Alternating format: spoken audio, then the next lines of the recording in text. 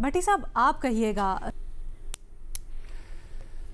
Madam شیخ بالکل کرنا چاہیے، پاکستان کو اپنا کردار ادا کرنا چاہیے، کیونکہ فیلڈ مارشل صاحب کے دونوں دوست ہیں، دونوں کے ساتھ ان کے بڑے اچھے تعلقات ہیں۔ جیسا ابھی محمد علی صاحب نے بھی کہا، جیسے میمل سرفراز صاحبہ نے بھی کہا کہ ایم بی ایس اور ایم بی زیڈ یا ایم بی زی یہ نہ صرف دو ملکوں کے سربراہ تھے، بلکہ یہ اگلی جنریشن میں جو موجودہ جنریشن ہے اس میں بڑے دونوں قریبی دوست تھے، اور دو دوست ممالک، دو دوست ان ملکوں کے سربراہ، اور دو پارٹنر،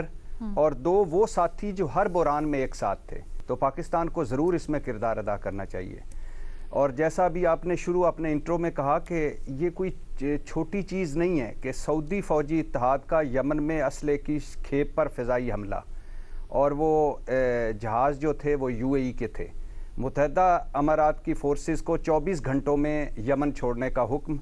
ریاض حکومت اور ابو ظہبی حکومت آمنے سامنے، مطلب دو دوست ملک، دو دوست اور دو تیل پیدا کرنے والے ملکوں میں تناؤ عروج پر۔ اور پھر سعودی عرب کا یہ کہنا منگل کے دن کہ ہماری قومی سلامتی ایک سرخ لکیر ہے، اور پھر چند گھنٹوں کے بعد سعودی عرب کا فضائی حملہ، اور پھر یمن کا یو اے کے ساتھ دفاعی معاہدہ منسوخ کرنا۔ اور یہ یہیں بات نہیں رکتی، بلکہ آپ کو یاد ہونا چاہیے کہ چند روز پہلے بھی سعودی اتحاد نے فورسز کو نشانہ بنایا تھا۔ اب اس کو ذرا یہاں روکیے تو ایک امریکی تھنک ٹینکس کی رپورٹ آئی ہے 2026 کے حوالے سے۔ امریکی تھنک ٹینکس والے کہتے ہیں کہ اس وقت دنیا دوسری جنگ عظیم کے بعد سب سے زیادہ خطرناک عالمی تنازعوں میں الجھی ہوئی ہے، اور سب سے زیادہ تشدد کی فضا ہے۔ اور 2026 میں امریکی تھنک ٹینکس کے مطابق جہاں پاکستان اور بھارت میں دوبارہ جنگ لگ سکتی ہے، جہاں پاکستان اور افغانستان میں لڑائی ہو سکتی ہے، جہاں روس یوکرائن جنگ شدت اختیار کر سکتی ہے، جہاں ایران اسرائیل میں دوبارہ جنگ چھڑ سکتی ہے، وہاں غزہ کا معاملہ مشرق وسطیٰ پر بہت بری طرح اثر انداز بھی ہو سکتا ہے۔ مطلب امن فورس، مطلب ابراہم اکارڈ،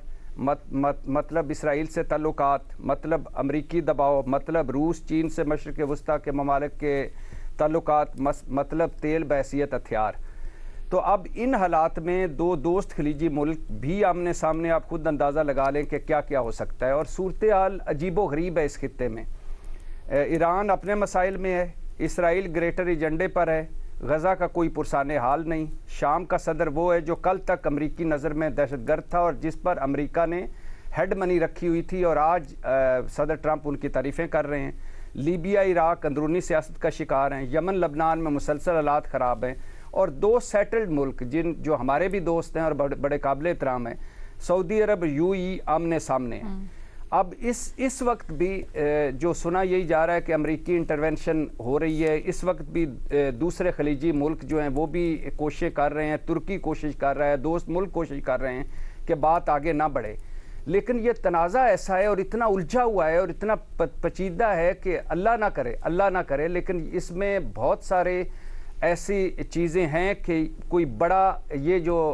مسئلہ ہے یہ بڑے تنازع میں تبدیل ہو سکتا ہے۔ امید یہی کرتے ہیں کہ یہ جو نئی صورتحال بنی ہے، سال کے خاتمے کے ساتھ ساتھ صورتحال میں جو کشیدگی ہے وہ بھی خاتمے کی طرف جائے۔